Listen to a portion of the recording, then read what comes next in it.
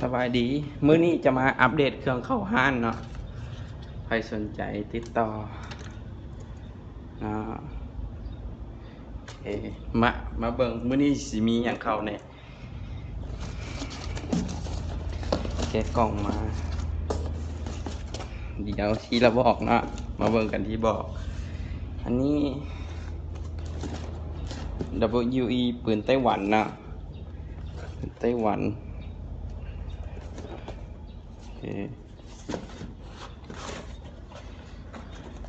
M1911 เนาะรอบนี้สิมาเป็นสีเงินยังงามเลยสีเงินโอเค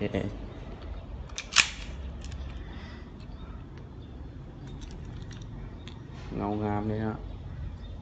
โอเคกระบอกนึงนะโอ้มีแก๊สอยู่เดี๋ยว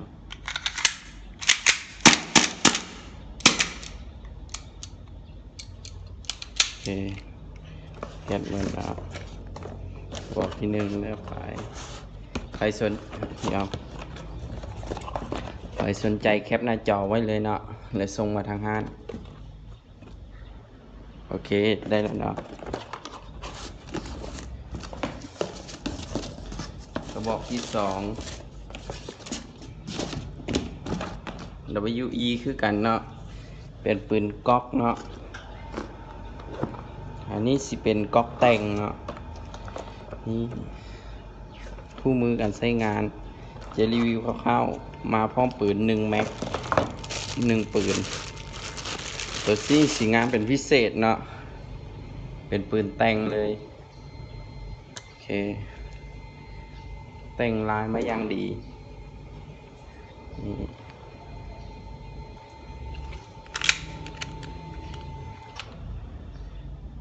สนใจถามได้เนาะอันนี้มันมีโหมดเซมิกับออโต้เนาะปรับอยู่นี่ได้มีเซมิอันนี้เซมิอันนี้ออโต้เนาะสามารถปรับได้เดี๋ยวจะมารีวิวตัวเต็มอีกรอบหนึ่งให้เบิ่งเนาะ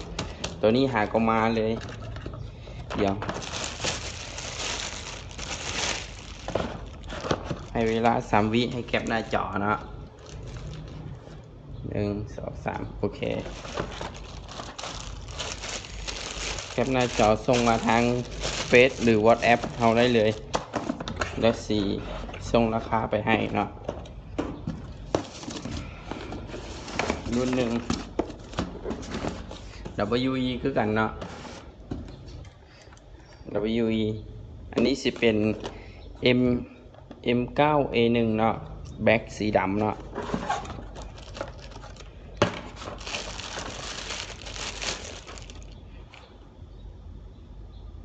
เดี๋ยวสิมีรีวิวให้เบิ่งอีกรอบเนาะงามๆเลยเนาะ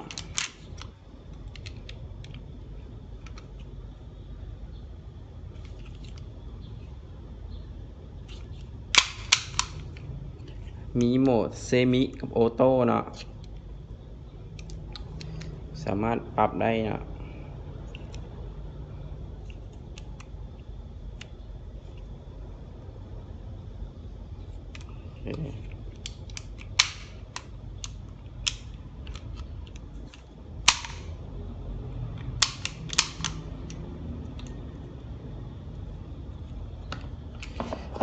ให้เวลา3 วิแคปหน้าจอเนาะ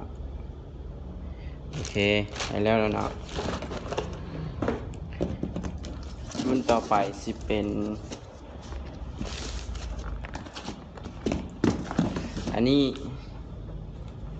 IMF เนาะอันนี้สิเป็นของค่าย Golden Eagle เนาะเป็นปืนจีนเนาะรหัส GEF 3305เนาะยังบ่แก้เดี๋ยวได้สิแก้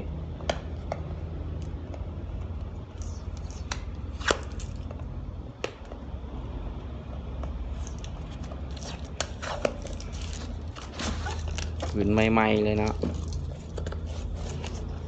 นี่คู่มือไม่เงลูกแล้วก็ปืนยังงามเลยอันนี้สิเป็น ปืนราคาประหยัดเนาะสีทึกเนาะปืนนี้เป็นปืนขายดีเลยโอเคเวลา3 วิแคปหน้าจอส่งมาทางห้างสีบอกราคาเลยข้อมูลต่างๆเกี่ยวกับปืนให้เนาะโอเคไป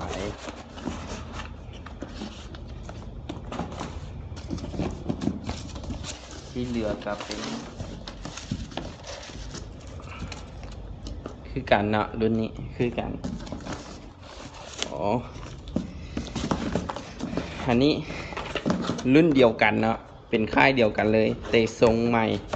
สิเป็นกล่องน้อยๆแบบนี้เนาะเครื่องแถมยังคือกันหมดเลยเนาะเป็นกล่องใหม่ซื่อแต่ระบบเติมแก๊สของตัวนี้มันสีต่างกับตัวรุ่นเก่าเนาะรุ่นนี้เวลาเติมแก๊สเต็มเนาะมันสิเป็นแก๊สโฟสีดออกมาให้ฮู้ว่าแก๊สเต็มแล้วส่วนตัวรุ่นเก่ารุ่นเก่ารุ่นนี้เนาะมันคล้ายคือมันเฮ็ดเป็นคล้ายคือปืน WE ปืนไต้หวันเนาะสีเงียบเลยเนาะเต็มกระยามันสีเงียบเลยแต่ปืนนี้มันสีแก๊สสีสีดออกมาให้ฮู้ว่าแก๊สเต็มใครสนใจแคปหน้าจอได้เลยเนาะ